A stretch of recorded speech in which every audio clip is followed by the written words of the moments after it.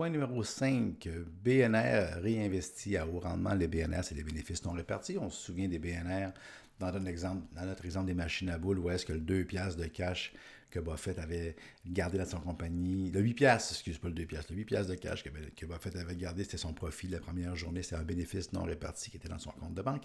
Donc, ça, mine de rien, c'est le concept, à travers tout ce que j'ai lu, que j'ai trouvé le plus intéressant, le plus fascinant, qui va me chercher le plus sur comment une entreprise peut être une machine à générer de l'argent et à bien réinvestir. Je vais essayer de vous l'expliquer de la meilleure façon possible. J'espère que je vais faire une bonne job.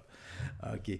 Donc, cet exemple-là, si je vous prends l'exemple que j'ai lu, qui m'a fait comme tout, que j'ai trouvé ça vraiment trippant, puis il disait dans le livre, c'est Mary Buffett qui a apporté celui-là, et que c'était une des choses qui faisait que Buffett avait pas un avantage dans la façon dont il regardait les états financiers. Ce n'est un, ça. Alors, si vous voulez avoir le truc ninja là, sur Buffett, ça en est un. On prend l'exemple de Coke, parce qu'on sait que Buffett a acheté une quantité phénoménale, 200 millions d'actions de Coke dans la fin des années 80. Il y a eu un rendement extraordinaire, c'était un bon coup qu'il a fait. Alors, on regarde, on plonge. Alors, le bénéfice par action de Coke en 83 était de 17 cents par action. Et ça, c'est OK.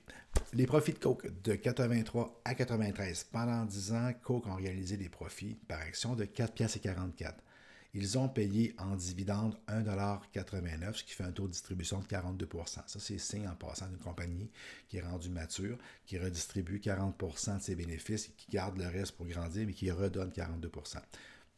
Parenthèse. Le BNR, donc le bénéfice non réparti. Donc, on fait un bénéfice, on paye en dividende, on donne, mais ce qui reste, il fait grandir, grossir le bilan. Donc, les bénéfices non répartis, c'est 2,55 $. Le 4,44 qu'ils ont gagné pendant 10 ans, mais qui ont redonné 1,89 $, il leur reste, dans les livres, 2,55 $ de plus par action. Le bénéfice par action de Coke en 93 était rendu à 84 sous. Le raisonnement de Buffett est la chose suivante. Puis il fait ça pour toutes les compagnies qui détiennent à 100%, il au-dessus de 85. Si tu as de plus en plus d'argent sur lequel tu peux même juste faire du placement, c'est normal que tu nous donnes un meilleur bénéfice par action parce que ta base en capital est plus grande. Il faut que je prenne ça dans considération quand je regarde combien de bénéfices par action tu me donnes. Donc, en 83, la compagnie faisait 17 sous. En 93, il faisait 84. Il y a eu une augmentation, parfait. Mais ils ont gardé les bénéfices pour investir dans toutes sortes de choses. Donc, on calcule le rendement de ça. C'est ça qui devient intéressant. On dit qu'il y a eu une augmentation de 67 sous. Donc, 84, où est-ce qu'on est rendu à 93? Moins 17 sous. Donc, il y a eu une augmentation de bénéfices de 67 sous. Et les BNR ont augmenté. Ça fait un rendement sur les bénéfices de 26 %, 67 cents d'augmentation, divisé par le fait qu'on a gardé 2,55 $ dans les livres. Ça me fait un rendement de 26 %. C'est très, très, très bon. Vous comprendrez que si je fais du BNR, si j'ai des bénéfices non répartis qui fait que mon bilan grandit puis que mon bénéfice par action n'augmente pas mais diminue, ben tu te dis, écoute, tu n'as rien fait en 10 ans, on pense à Bombardier et à d'autres compagnies. Et si tu t'en vas nulle part de Nortel, nommez-les toutes, si tu t'en vas nulle part avec tes bénéfices, la compagnie, elle peut maintenir ses affaires. Comme Sears, présentement, je ne sais pas si ça va être en faillite quand vous allez le regarder, mais les compagnies peuvent maintenir leurs opérations pendant 5, pendant 10 ans à flottiller.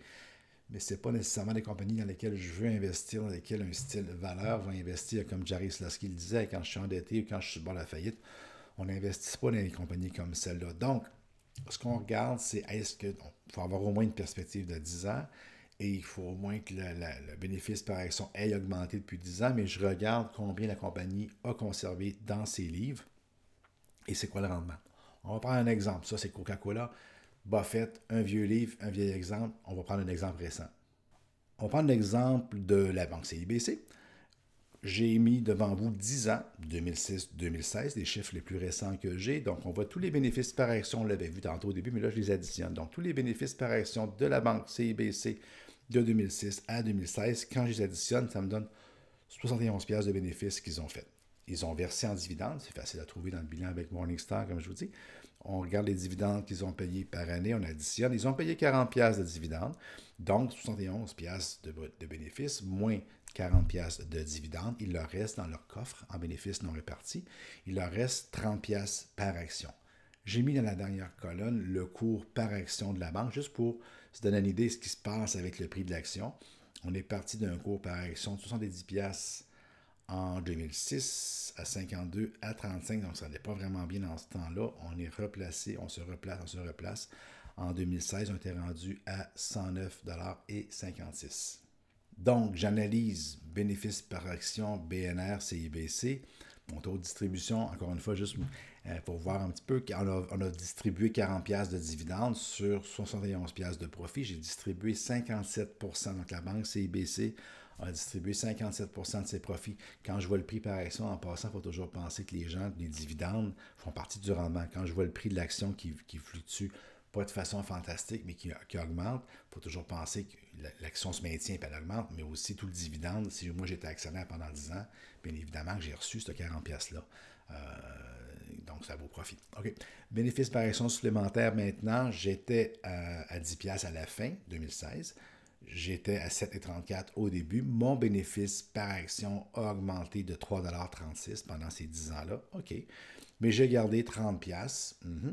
Et ce qui fait en sorte que 3,36 divisé par 30, ça me donne un rendement de 10%. C'est correct, mais ce n'est pas impressionnant. Autrement dit, l'argent que la banque CIBC a gardé dans ses coffres à date sur cette analyse-là me donne un rendement moyen de 10%. Je ne suis pas impressionné. Puis, comme de façon assez pas surprenante, le prix de l'action n'a pas explosé non plus. Les investisseurs ne se garochent pas dessus. Ça se maintient, ça va, mais on n'est pas, sur cette base-là, on n'est pas impressionné par la gestion financière de la banque CIBC. On analyse maintenant, j'appellerais presque ça un contre-exemple. Désolé pour Bombardier, mais c'est l'exemple parfait. Je suis désolé. Quand on est prof, j'en veux pas à personne. De toute façon, il n'y a personne qui me connaît, puis je suis un no-name. Mais c'est un bel exemple de contre-exemple. J'en profite, puis je sais que ça peut vous toucher en même temps. Donc, de 2006 à 2016, quand on additionne tous les bénéfices de Bombardier, ça donne moins 0,93. Autrement dit, depuis les 10 dernières années, on n'a pas augmenté de bénéfices. Et l'ensemble de tous les bénéfices, c'est moins 93 sous. Là-dessus, il y a eu quelques années, on a versé des dividendes. On n'en verse plus, bien évidemment, mais on a versé en plus des dividendes. Ce qui fait que la colonne BNR, quand j'arrive en bas, bien, les bénéfices non répartis et l'avoir des actionnaires de Bombardier au bilan, on l'a vu, on est rendu à moins 1,59 $. Et le cours de l'action est bien évidemment parti de 3,89 € en 2006, est allé un peu partout, a augmenté, a baissé très peu, très beaucoup. Présentement, il se tient à 3$. Honnêtement, en tout cas, c'est ça. OK. Je continue. Bon, et puis là, bien évidemment, je fais les calculs, tous les calculs qui vont avec, mais on comprend l'idée générale des choses. Je termine avec un exemple. Je n'ai pas pris beaucoup d'exemples j'ai parlé de Buffett, bien évidemment, mais je n'ai pas pris nécessairement d'exemples sur sa compagnie directement.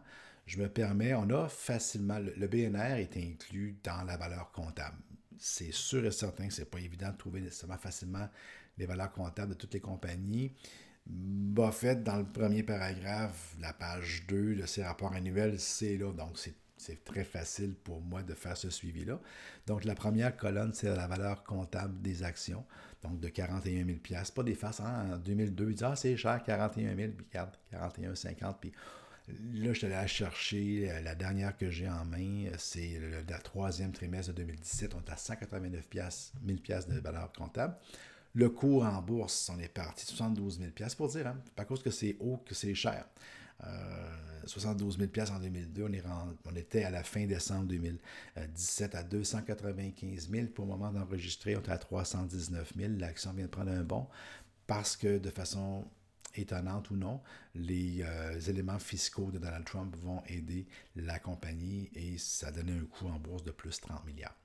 Et ici, vous avez le dernier, c'est le ratio cours-valeur comptable. Donc, dans la valeur comptable, je reviens, le bénéfice non réparti est dans la valeur comptable parce que c'est un bénéfice tangible. C'est dans le bilan, c'est pas quelque chose qui est ambivalent, c'est pas dans les nuages, c'est un bénéfice, c'est de l'argent qu'on a fait qui est dans les livres. Et le cours-valeur comptable, on le regarde, c'est pas les genres de choses que les gens vont s'attarder très longtemps, mais dans le cas de Buffett, ça se maintient et si vous regardez, ça se maintient, ça va de 1,74 à 1,6 en 2010 à 1.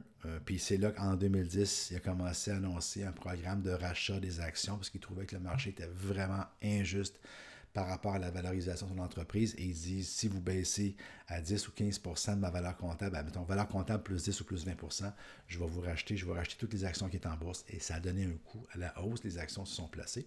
Et là, on est à 1,5, 1,6%, ce qui est à peu près la moyenne historique de le cours en bourse versus la valeur comptable. Il faut penser que, en passant, je fais beaucoup de recherches dans toutes sortes d'états financiers de toutes sortes de compagnies. Et je dois dire qu'il n'y a pas de compagnie vraiment plus simple, plus fun à regarder que les états financiers de Berkshire Hathaway. C'est blanc sur noir, c'est facile. En page 1, j'ai mes résultats. Quand je vais avoir le bilan, j'ai le bilan.